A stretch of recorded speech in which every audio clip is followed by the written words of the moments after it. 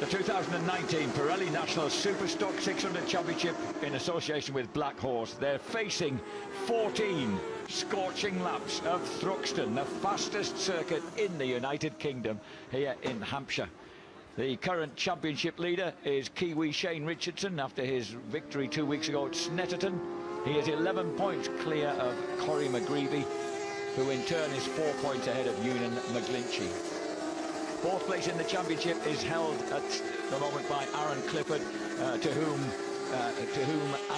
Aaron and his family we send our very best wishes for a full recovery from that unfortunate accident on the starting grid at Snetterton. So to Aaron and all the Cliffords, all the very best to you. The grid is fronted by Stockport's Ben Luxton, who has put his Kawasaki on pole position ahead of the Triumph of Corey McGreevy and the Kawasaki of Keelan Irwin. Championship leader Richardson heads row 2 from Leon Dells and TJ Toms. Cameron Fraser is on the third row, bike 66, ahead of Ewan McGlinchey and Kevin Keyes. And the fourth row sees Louis Valelli, Aaron Sylvester and Storm Stacey. Altogether 29 riders on the grid, with Adam Hartgrove and Connor Thompson and James Alderson occupying row 5. But Ben Luxton in a perfect position at a track. Some people, Neil Mackenzie, really like high speeds, don't they? And this boy Ben Luxton has been on the podium here at Thruxton both the last 2 seasons. Some riders really click with this racetrack. It's fast and flowing, fastest racetrack on the calendar. Some love it. Very little track action here for motorcycles during the year, so the guys have to get it right.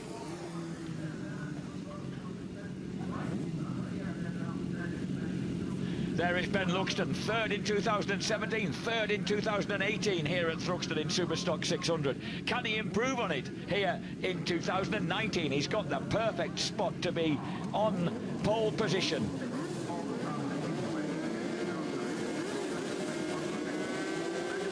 Oh, the revs reach bursting point and then release, and a good start by Keelan Irwin.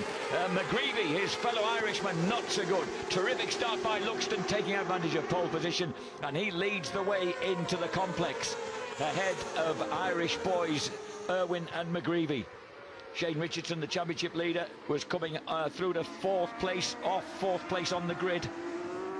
Keelan Irwin absolutely dumped the clutch number 4 then on his Kawasaki, and it worked. He got off the line, but you see Corey McGreevy's Triumph, nice grip, nice drive, nice torque, and got sort of back on him. But of course Ben Luxton got things dead right, nice and smooth off the line and into that whole short position. But look at McGreevy, got his head down. He was really strong here last year, unfortunately slipped off mid-race, but I'm sure he won't want to make that mistake this year. Oh, and look at them almost unseating themselves. Keelan Irwin and Shane Richardson virtually trading leather as they go over, hurtling round the huge swoops through Village and into Church, and then heading onto the Brooklyn Straight, this kind of long banana-shaped straight, 3 abreast as they run in there, finally hitting the club chicane where they've got to knock all that speed off. TJ Toms, his birthday was at Snetterton. And yeah, nice start for him. Third position as they headed into the club chicane for the first time. So completing the first lap of 14 then, and it's Luxton, McGreevy, Irwin, Richardson, McGlinchey, TJ Toms in 6, Kevin Keyes, Cameron Fraser, Louis Valelli, Storm Stacey rounding out the top 10, ahead of Liam Dells, who made a poor start from the second row of the grid.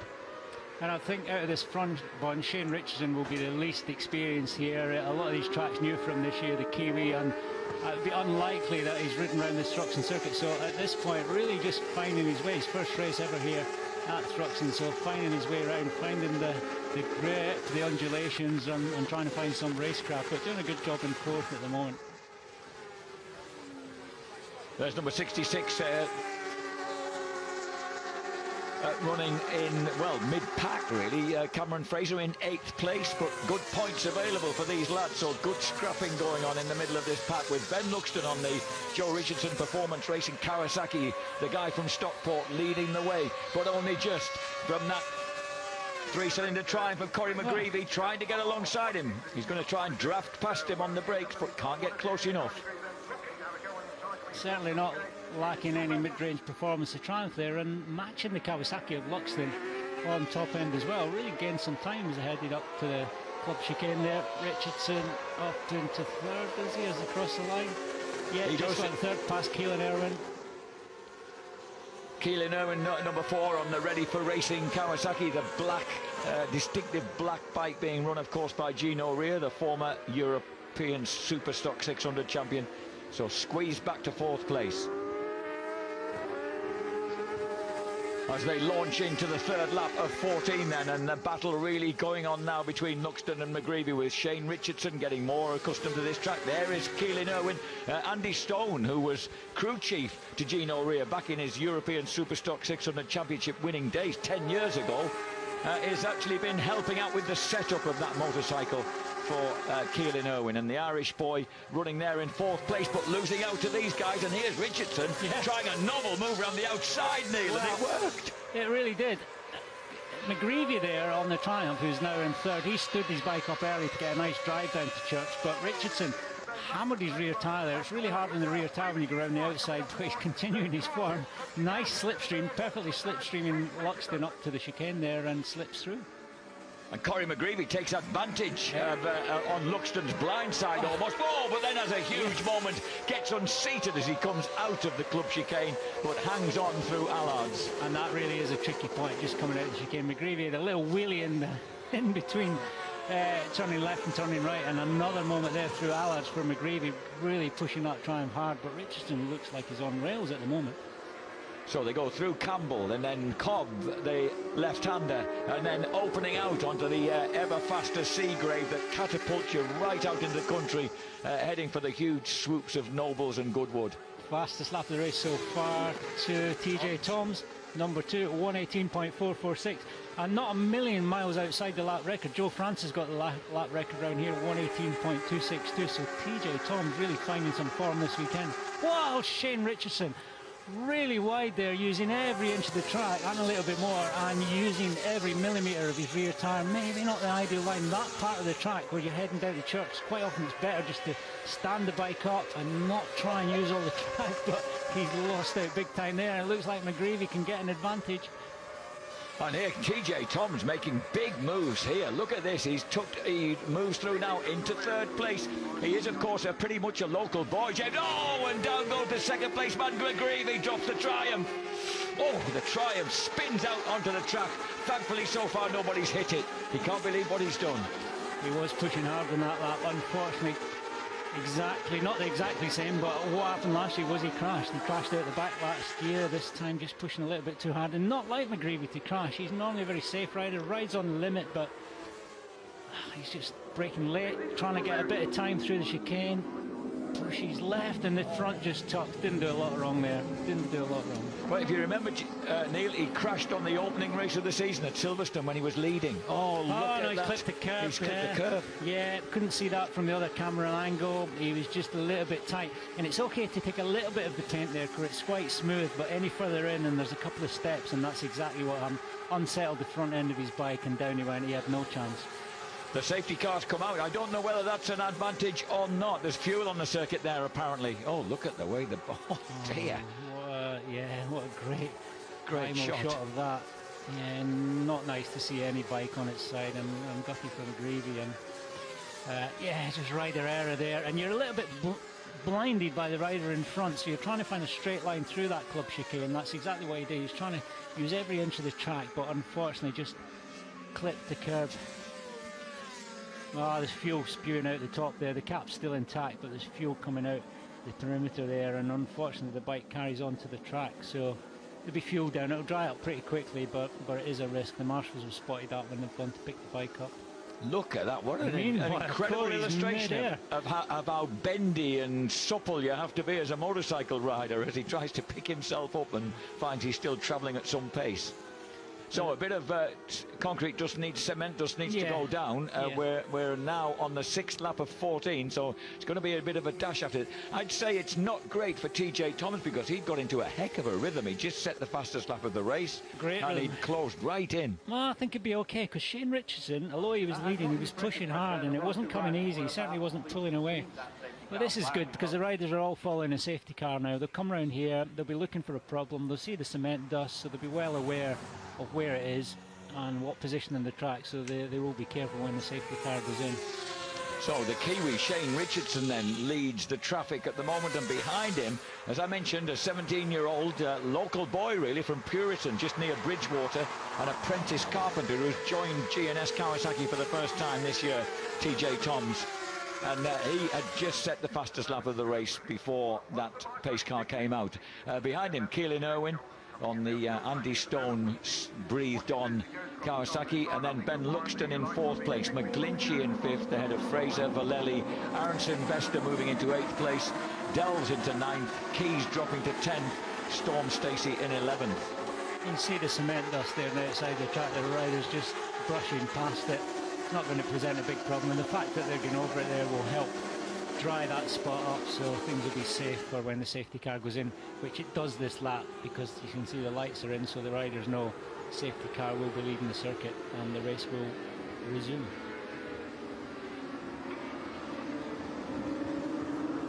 This is the 7th lap of 14, so we'll have exactly a 7-lap halfway stage dash at the end of this lap when the safety car comes in. This could be fun. It will be fun, and they were close anyway. Shane Richardson, who's impressed us so much this year, in front there, but by no means in control. Maybe the wrong phrase. I'm sure he's in control, but he's certainly not controlling the race at this point because TJ Toms is very strong. Ben Luxton, we know, has got the pace, and so has Irwin.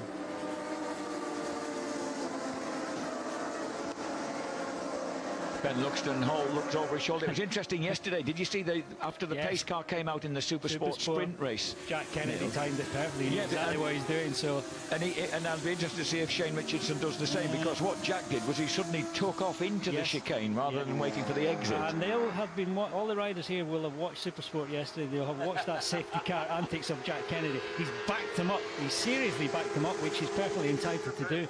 And it was... Oh, look how far back they are. Really. Now at this point, Kennedy went. Yeah, a little bit further in, he just decided to accelerate and then brake quite hard. And, But has Richardson done that? I don't think he has. Not quite the advantage. I think Richardson's going to leave it until cruising. now. Yeah, and now he'll go. But Jack Kennedy was really smart yesterday. Richardson got a nice gap there, so he obviously stood that bike up, got a good exit out the chicane. So he did a completely different technique, which was kind of more what I was expecting from Kennedy. He waited till he was through the club chicane and then stood up and took off, and then gained that half a dozen bike lengths. Irwin there close behind TJ Toms as they weave through the complex. Just lost number 42, Sam Holm. He's retired on HIA Optimum Bikes Racing Yamaha, so he'll take no further part in this 7-lap dash. Number 22 has also come through again, Ewan McGlinchey. Remember, McGlinchey is currently in 2nd place in the championship. On this racetrack, it's a tricky one. Don't get a lot of testing time here, don't get a lot of track time, and it's very unusual. High speed, obviously, but also has lots of undulations and makes it very difficult to get a good bike set up. So you tend to think your bike's not handling well, and you can mess around the whole time, waste time, when actually it's only going to get to a certain point of feeling okay. So quite often the bike you come here with is the best bike you'll have. A lot of twitchy Kawasaki's here as they come. Oh, and here comes TJ Toms. Can he stop it? Yes, he can. He levers aside Richardson. TJ Toms then moves through into the lead for the first time this year, really. Beautiful pass. Yes, Richardson in a bit of a moment on the brakes there. His bike looks like it's got quite soft suspension, bouncing around a little bit on the brakes, but TJ Toms having no such problems. And these are the pack. There's Fraser, Valelli, Delves. They're all involved in this. There's a huge pack of riders together right through the top 10. Lovely riding style from TJ Toms. Just turned 18, looking great. Kawasaki Shane Richardson now, he can get a bit of a look at him. Follow TJ out the back here. Ah, that bike of Richardson's really sliding around. Not got the suspension, the ideal suspension setup. He did give his tyres a bit of a leathering early on. Yeah, it was impressive, but they will. You'll get the best out of them 5 or 6 laps. And then we've got someone who's stopped out in the country. Looks like a Yamaha. Oh, right, there we go. Like was that Mark Piper on the Pied Piper Racing Yamaha? Oh, no, sorry, number 63. Josh Coward. Here comes Richardson. Richardson, can he get close enough to TJ Toms? I think he can. Oh, Tom's trying to resist, but Richardson comes through. Oh, Shane's using all his skills there, because TJ Toms' bike just looks that little bit more stable. So as they complete like 9 out of 14 then, Richardson back in front, Toms, Irwin, Luxton, McGlinchey, Fraser, Delves gets the better of Vallely and moves into 7th place ahead of Keys and Stacey. Oh, this is terrific stuff. It's going all the way, this one. And as they howl back through this complex that's so wonderfully named after legendary land speed record holders, Malcolm Campbell, John Cobb, Henry Dehane Seagrave, and launch back out into the countryside. And these, it must be a load of fun on these bikes, because they must just sing their way around here. Yeah, these bikes all got about 125 brake horsepower. Pretty standard road bikes, really. You can tweak the suspension a little bit. Engines are pretty much the same for everyone. Put a pipe on them, get rid of the cat, and they're capable of 150 miles an hour. So great bikes. Not that different from this class to Super Sport, so the step up is a small one for the riders, as TJ Toms gets a great drive out of Church. Shane Richardson, though, seems to have the advantage on the brakes this time. Yeah, the Astro JJR Kawasaki stays in front of the GNS Racing Kawasaki, with the ready for race Quacker right behind him, and then behind them that JR Performance Racing bike of Ben Luxton. McGlinchey got him across the line. McGlinchey moves into 4th. Luxton back to 5th. Dells up to 6th ahead of Cameron Fraser in 7th. So every lap the positions are changing throughout that top 10. Storm Stacey's actually been nudged back to 11th by Aaron Sylvester, the young man from Lincolnshire. And since the safety car break, if you like, lap times have stabilised a bit down into the 19s now. So I'd say the guys have had the best part of their tyre, the grippiest part of their tyre. I wonder if the setup advice that Andy Stone's been giving Gino Rea and Keelan Irwin then might work here for the number 4, whether he's going to be able to make use of his motorcycle a little better in the closing stages. He's got 3 more laps after this one. It is a unique racetrack, and you can definitely set your bike up for longevity, to have good endurance at the end rather than ultimate grip in the first few laps, because that's really an important part of the race. So quite often in the superbike class you see riders take off for half the race and then go backwards to the second half, so it really just depends on how hard you've worked in practice. TJ Toms this time squeezes through. Richardson looks a bit loose at the back there on the brakes, has to let Toms and the GNS Kawasaki squeeze by. So at the completion of lap 11, another leader. It's TJ Toms back in front of Richardson. And TJ Toms over the line there, half a second faster than Richardson on that lap, so that would suggest to me that he's got a little bit left. So Richardson now could come under a bit of pressure from the black number 4 there of Keelan Irwin. TJ Toms not really featuring in the top 6 in the championship, so this will be a fantastic day for him. Yeah, he's not had that greater results up until this point. Well, taking nothing away from his riding, the GNS racing team have really got that bike working well. They've given him a great bike here. You can see how confident he looks, using all his body weight, all his body position.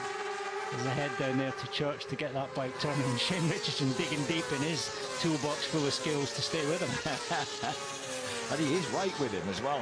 Best performance so far for TJ Toms, down in 9th in the championship, was a 5th place at Alton Park, a 6th place at Brands Hatch GP circuit. So here he is, in with a chance of victory, but Richardson will be attacking him again. Richardson, of course, victorious at Snetterton a fortnight ago.